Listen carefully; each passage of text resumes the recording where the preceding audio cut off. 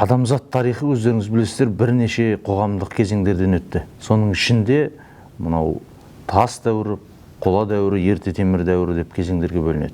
Яғни біздің бүгінгі қарастыратын тақырыбымыз қола дәуірі.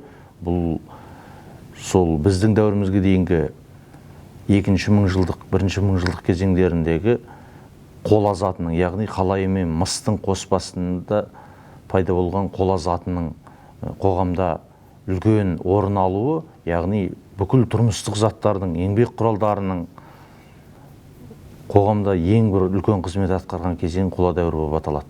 Қола дәуірінің зерттеулері Қазақстан жерінде өте бір кең көлемді зерттелді деп айтуға болады қазақ археологиясында. Оның зерттеулерінің басында Әлкей Хақанұлы Марғұлан, Кемел Ақыш ағамыз, Әбдіманап Медеуұлы Оразбаев, Мерқасымұлы Қадырбаев сияқты үлкен ғалымдар зерттеу жүргізді. Солардың ішінде бұл өзі ең алғашқы зерттеулері Қазақстан жерінде 50-ші жылдардан басталса, бұл яғни зерттеуге түрткі болған нәрсе қазақ даласындағы тың және тыңайған жерлерді игеру мақсатында қазақ даласының жерін тың игерудің алдындағы зерттеулер үлкен қола дәуірінің орталық Қазақстан, солтүстік Қазақстан жерлерінде зерттеуге түрткі болды. Және мынау Қарағанды Ертіс каналының салынуымен бірге далалы өңірлердің ескерткіштері зерттелінді. Нұрманбет, Тасмұла ескерткіштері. Енді ары қарай тарқатып айтатын болсақ, қола дәуірінің зерттеулері негізінен бүкіл Евразия даласында Андронов мәдениеті деп аталды да, оның зерттеуінің ашылуында Теплоухов, Грязнов, Тугаринов деген ғалымдар тұрса, оны кейіннен осы хронологиясына байланысты, кезеңдеуге байланысты 1948 жылы орыстың үлкен ғалымы Сальников деген ғалым зерттеп осыны тарқатты. Осы Андронов тарихи мәдени қауымдастығы деп айтамыз, қазір үлкен мәдениетті 3 кезеңге бөлді. Федоров, Алакөл және Замараев кезеңдері. Бұл әрине Челябинск өңірі сол Ресейдің орман далаларына ғана тән мәдениет болды да, бірақ та осының негізінде кеңестік археологияда бірізді зерттеулер болғандықтан, осының негізінде Кемел Ақышев ағамызда орталық Қазақстан жерінде қола дәуірін 3 кезеңге бөлді. Федоров, Алакөл және Беғаззәндібай деп 53-ші жылы кезеңдеме жүргізген болатын. Осының негізінде ары қарай жалғастырып Әбдіманап Медеуұлы Оразбаев солтүстік Қазақстан территориясында қола дәуірін тағы сондай Федоров, Алакөл және Замараев кезеңі деп, Замараев кезеңінің өзін жеке мәдениет деп қарастырды. Енді осындай бірізділік зерттеулер жүріп жатты, ал Шығыс Қазақстан өңірінің қола дәуірін зерттеуде Сергей Сергеевич Черниковтың зерттеулері үлкен орын алды деуге болады. Ол жақсы жағында қарастырып айтуға болады, жаман жағында қарастырып айтуға болады. Оның жақсы жағы дейтініміз сол өңірдің аймақтық ерекшелігін тани білді. Өйткені үлкен күре тамырлы Ертіс өзенінің ар жағында орналасқан қола дәуір ескерткіштерін аша отырып, Усть-Бөкен, Қанай, Малокрасноярск, Трушников ескерткіштерін ашты, және солының негізінде сол өңірдің өзіндік ерекшелігі бар екенін анықтап берді. Ал екінші жағынан кері әсер еткен нәрсе, бұл кісінің зерттеулері тек шағын ғана аумақта жүргізілді. Яғни бір 50 шақырымдық радиуста ғана ескерткіштерді қамтыды да, бүкіл Шығыс Қазақстан өңірінің қола дәуірінің кезеңдемесін соның негізінде жасап берді. Енді кейінгі 70-ші жылдарда осы қола дәуірінің өзі Федоров кезеңінде адамдар өртеп жерленді, Алакөл кезеңінде өртемей жерленді, олардың қышыдысында өзгешеліктер бар деген пікірлер туындай бастады. Содан кейін барды да осы археологияда олар неге бір уақытта өртеп жерлейді, одан кейін барып өртемейтін дәстүрлер қалыптасты деген ғылымда үлкен пікірталастар туындайды да, содан кейін орыстың үлкен ғалымдарының бірі Стоклос деген ғалым осы бір мәдениеттің ішінде өртеп жерлеу, өртемей жерлеудің болуы деген ол қарама-қайшы нәрсе. Сондықтан да бұл бір дәуірде, яғни Андронов мәдениетінің кезеңінде екі этностың қатар өмір сүргендігі жөнінде пікірлерді айта бастады. Яғни бір қоныстың ескерткіштерінен өртеп жерленген қабірлер, қоныстан адамның сүйектері, қыш ыдыстар, бір қорымдардан өртемей жерленген құрылыстар кездесе бастады. Сондықтан да бір уақытта екі этнос өмір сүрді деген тұжырымды айта бастады. Бұл өте оңды болатын. Осыны ары қарай ғалымдар жалғастырды. Осы пікірді мысалы мына қарағандылық Виктор Васильевич Евдокимов, Варфоломеев, Кукушкин деген сияқты ғалымдар осы пікірлерді жалғастыруда. Енді яғни сонда қола дәуірінің өзінде біздің жерімізде екі этнос өмір сүргендігі дәлелденіп отыр. Яғни ол өртеп жерлейтін дәстүрі бар Федоровтықтар және жергілікті жерде өмір сүрген алакөлдіктер. Енді осы екеуінің қатар өмір сүруіне, ал сырттан Федоровтық этностардың келуіне не себеп болды деген пікірлер қалыптасты. Яғни жалпы қола дәуірінің тіршілігі отырықшы өмір кешті. Олар қыш ыдысты жасаумен, шағын өзен көлдердің аймақтарында тары, ұсақ түйек егіншілікпен және азын-аулақ сиыр бағумен, қой бағумен тіршілік етті де азын-аулақ металл өндіре бастады. Енді осыған бір қола дәуіріне қарқын берген нәрсе сыртқы экономикалық байланыстар болғандығын біздің Қазақстан жеріндегі кент сияқты үлкен протоқалалардан, басқа да ескерткіштерден көруге болады. Яғни біздің Биғаз Дәндібай ескерткіштерінен сыртқы мәдениеттердің әлеуметтік және экономикалық байланыстардың болғанын көре аламыз. Өйткені қола дәуірінің ескерткіштерінен анау Орта Азияның қыш ыдыстары, мынау Сібірдің, оңтүстік Сібірдің қыш ыдыстары табылып кездесіп жатады. Яғни бұл дегеніміз сол кезде сауда-экономикалық байланыстың болғанын көрсетеді. Тағы бір бұның дәлелі біздің жерімізде металдың мол қорының арқасында о жақтың сыртқы тайпалар біздің жерімізге металл алуға келе бастады. Яғни металл алуға келген кезде олар құр бос келген жоқ, өздерімен бірге мысалы 10 арба астық ала келуі мүмкін, басқа да заттар ала келіп, міне біз сіздерге металл алуға келдік, біздің көсеміміз осындай беріп жіберді деген сияқты қыш ыдыстарды алып келді де, сол қыш ыдысқа бал болуы мүмкін, басқа да зығыр майы болуы мүмкін заттарды салып ала келіп, олар айырбас жүрді. Біздің жерімізде яғни металл өндіру қарыштағаннан кейін металлмен бір үйір жылқыға айырбастау, немесе астыққа айырбастау, сөйтіп біздің жеріміздегі тайпалар байи бастады. Бұл баю деген нәрсе неге итермелейді?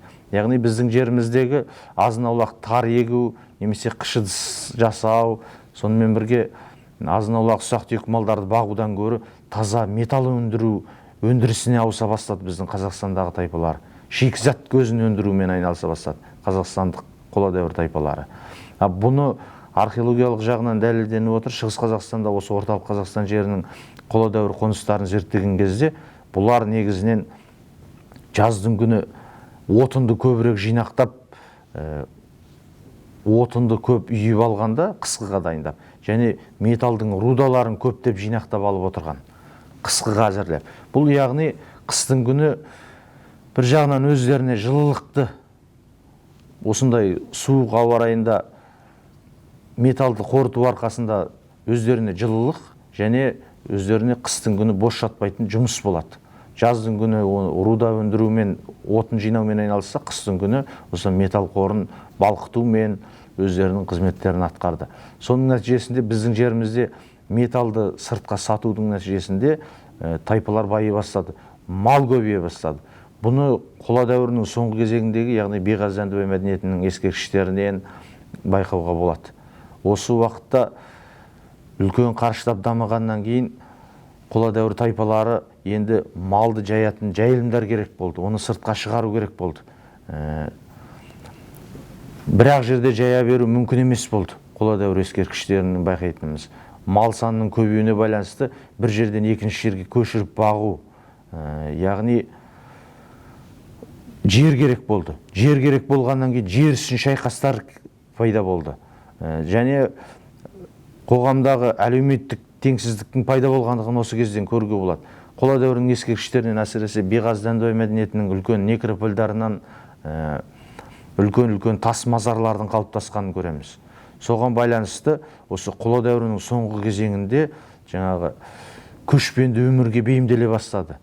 Қола дәуірінің соңғы кезеңінде жаңағы баюдың арқасында жер керек болғандықтан, жер мал жайылымдары керек болғандықтан бір қоғамнан екінші қоғамға ауысты. Яғни отырықшылықтан көшпенділікке ауысты деп айтуға болады.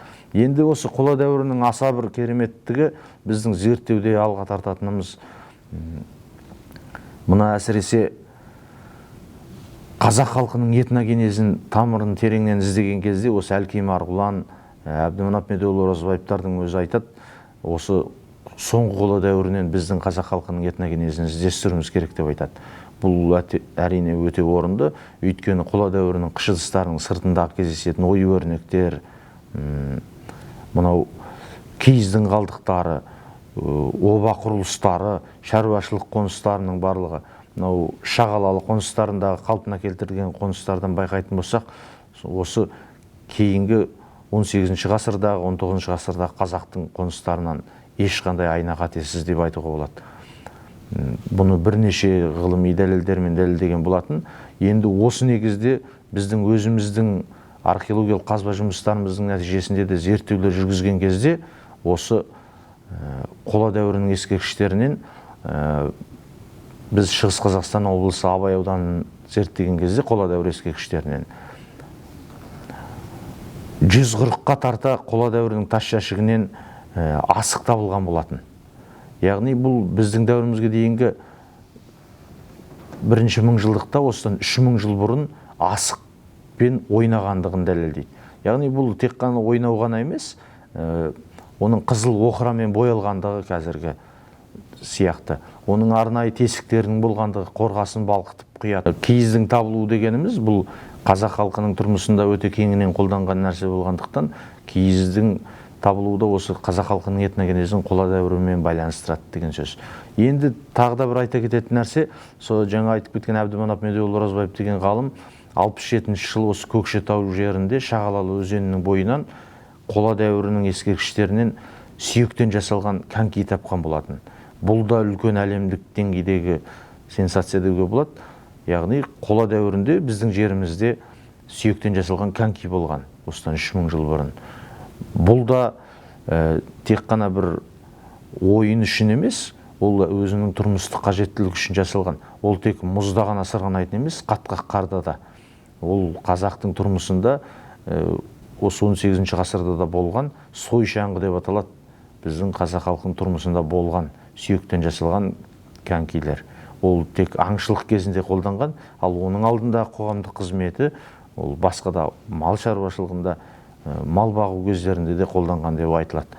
Оны ғылыми түрде дәлелдеп, кезінде мынау кеңестік дәуірде Советляев дейтін газет шыққан Москвада. Сол газетке жариялап, одан кейін шетелден көптеген хаттар келіп, содан кейін мына Англияда басқа жерлерде эксперттер талқылап, Жозеф Пучко деген ғалымның пікірлері бар. Көптеген ғалымдар осыған пікір айтқан. Яғни қола дәуірі өте терең зерттеуді қажет ететін үлкен кезеңдердің бірі.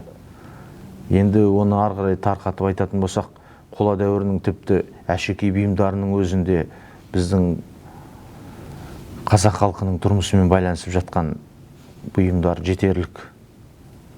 Енді оның ары қарай тереңдетіп айтатын болсақ, мынау кезеңделуі жөнінде жаңағы тек қана біз Федоров кезеңі мен Алакөл кезеңі деген кезеңдердің оның екі этнос екендігін қазіргі уақытта Андронов тарихи мәдени қауымдастық деп аталатындығы жөнінде ғана айттық. Ал оның өзіндік аймақтық ерекшеліктері, мысалы орталық Қазақстан өңірінде атасу нұра кезеңдері деп аталу жөнінде мәселелер.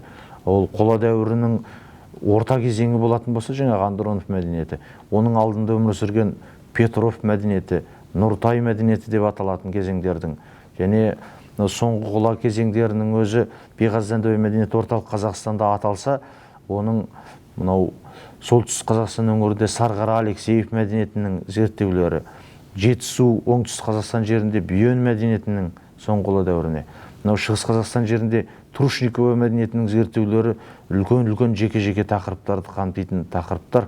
Жалпылай айтатын болсақ, қола дәуірінің ескерткіштерін зерттеу біздің қазақ археологиясында кезінде үлкен зерттеулер жүргізілгенмен, қазіргі уақытта сәл бәсеңдеп қалды.